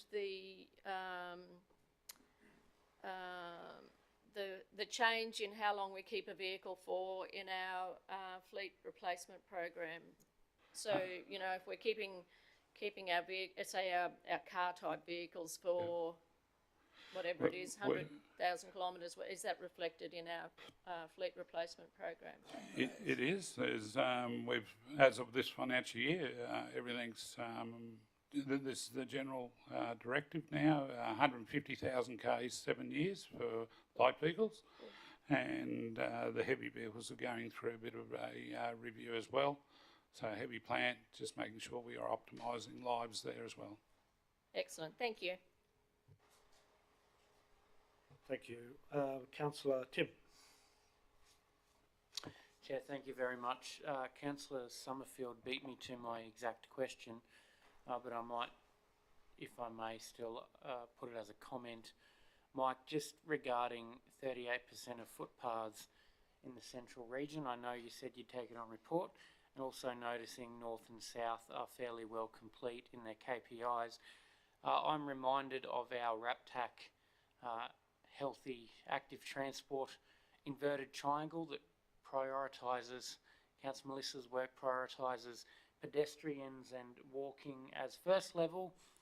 I was reminded when they briefed the RADAC committee this month that's where we're heading to as a city, and that's been endorsed by council. And so if we're going to put our priority as walking and cycling and active transport, and then we only complete 38% of our footpaths in central, it perhaps contradicts that. So I'll leave it as a comment, but I welcome some further commentary on that.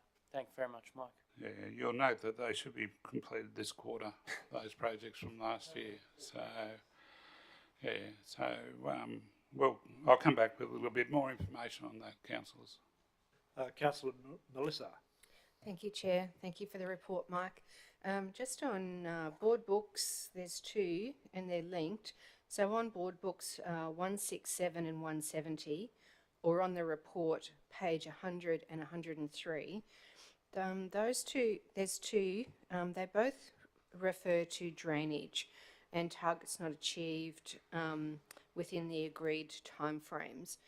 And it actually states, I think on the 170, it's talking about because of the significant increase in pathways received after flood events. So drainage, for the time I've been sitting here, tends to be the recurring issue. And to me, it's the hidden asset that no one sees, but it's the asset that causes so much pain when flood does occur within our region. So I'm just wondering, is that something that can be better increased with betterment funding when we actually do the repairs, or is it more of a maintenance issue that because it's a hidden asset, the maintenance tends to get deprioritised because roads, etc., are more of a seen asset? Just some comment around that, please, Mike.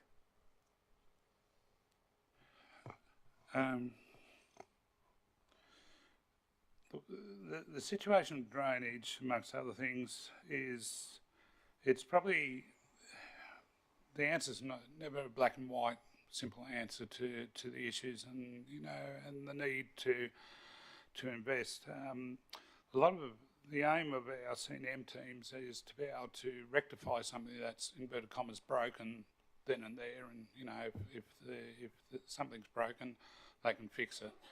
A lot of the time, those issues, when it does come to drainage, overland flow issues, or those sorts of things, need to go from being looked at as a singular sort of issue to fix to something that becomes more of a catchment-wide issue or something like that. So it can be a little bit broader than just, depending on the actual problem that's encountered when they go out and do their inspections and those sorts of things. It is, there's also an element of resources available to do these things, which is limited depending on that. So after what we do find after the flood years, we do get a heightened sense of need within our community in regards to drainage improvements, and which is fair and reasonable. Nothing wrong with that. Our ability to attend to them, be it immediately or even over time, can be challenging. So if I may, thank you.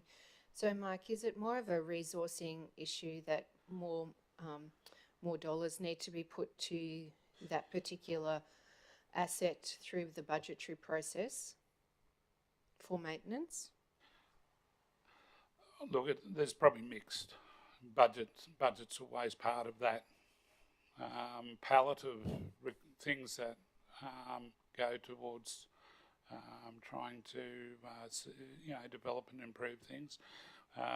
In the next couple of weeks, we've got an information session to council on Toowoomba overland flow, and you'll see through that this is one of those sort of areas. As I said, this probably leads away from this a little bit, but council will get an understanding of the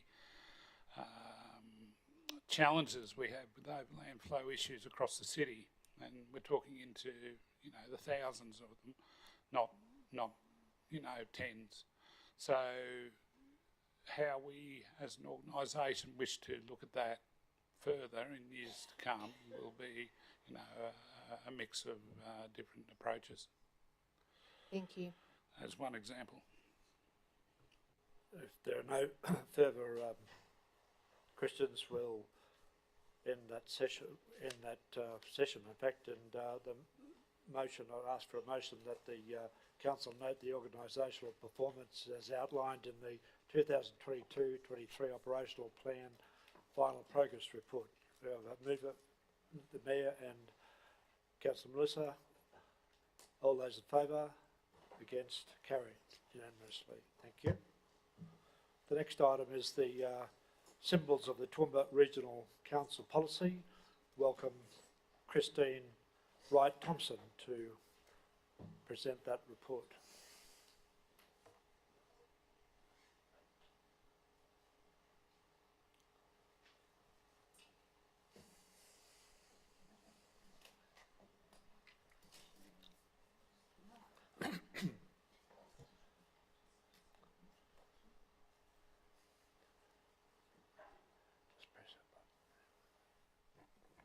Thank you, Kristen. So, councillors, the purpose of this report is to seek your consideration of the revised symbols of Toowoomba Regional Council policy. Christine's here to take any questions you may have in relation to this report. Are there any questions in relation to this report about the important subject of our symbols? Happy to move when the time comes, but I just wanted to recognise the reference to our previous shires and how that's utilised as well, particularly through historical centres. I think that's just so critically important. So, Christine, your first report to council. Second, first report sitting in that chair. Actually, first report using the microphone. Second. First report with only 10 councillors in the room and not 11. Agreed. Thank you. We finally got there. Anyway, well done to you. But no, thanks for the report. Appreciate it. I'm happy to move it. Assistance does pay. Councillor Taylor, thanks. Carol Taylor. Okay, Councillor Megan. Well, I too just wanted to say thank you. I really welcomed where you sound a bit sort of like I'm on a bit of a broken record today, but where you had the scope and applications and the inclusion of Toowoomba region as a culturally diverse region.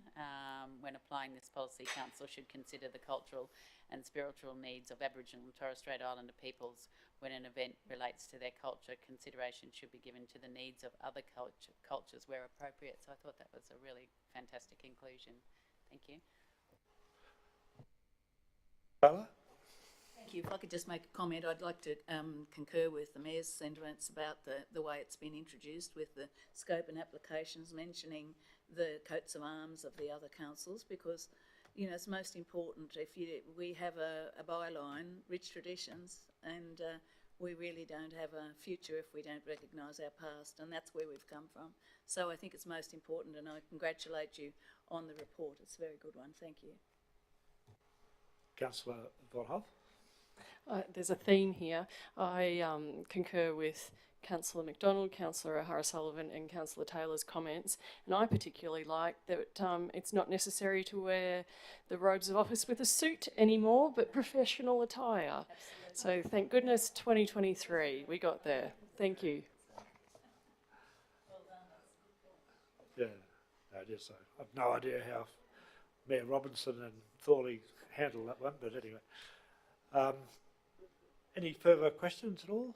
If not, I'll ask somebody to move that the revised, Jeff, sorry, you have moved it, and seconded, Councillor Carroll, that the revised 2.19 symbols of the Toowoomba Regional Council policy, attachment 1, be adopted. All those in favour? Carried unanimous. Thank you. Next item is one that we have to close the meeting to the public, so I ask for a motion that the meeting, that we go into closed session. Councillor Bonhoff and Councillor McDonald, all those in favour? Carried. Thank you.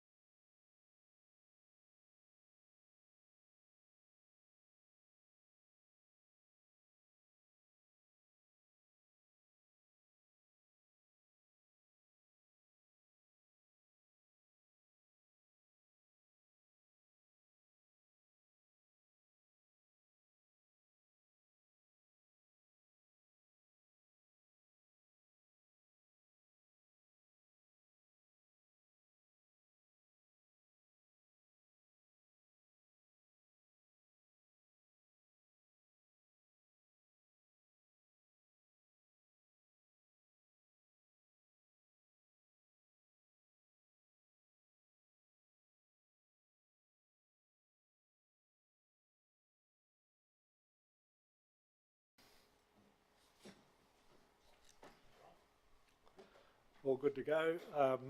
Could I have a motion that the council note the report of the Information, Communication and Technology Governance Risk and Compliance Update?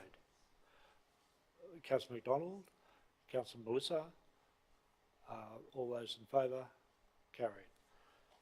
That concludes the meeting with respect to this portfolio.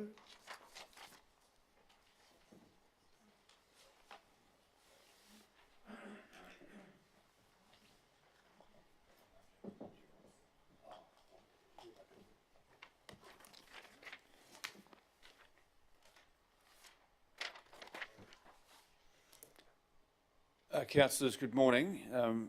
We'll open the Economic Development Committee and acknowledge all councillors present, acknowledge the acting CEO and the many hundreds in the gallery. Thank you for your attendance this afternoon, those watching online.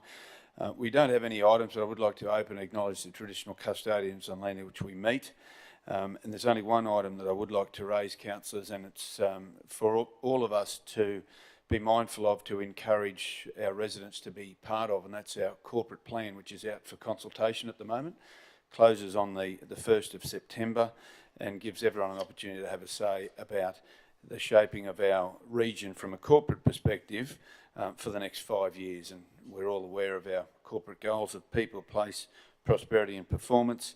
And one area that we had spent some time on was the vision for the Toowoomba region, which in the draft corporate plan is a vibrant Toowoomba region built on rich traditions, thriving with bold ambitions. And I think today's committees and yesterday's committees is a clear example of what that was. So, Councillor, with those comments, it's now my pleasure to declare the Economic Development Committee meeting closed. Thanks. We might have lunch before we catch up for our councillor only. I think we're too close to time.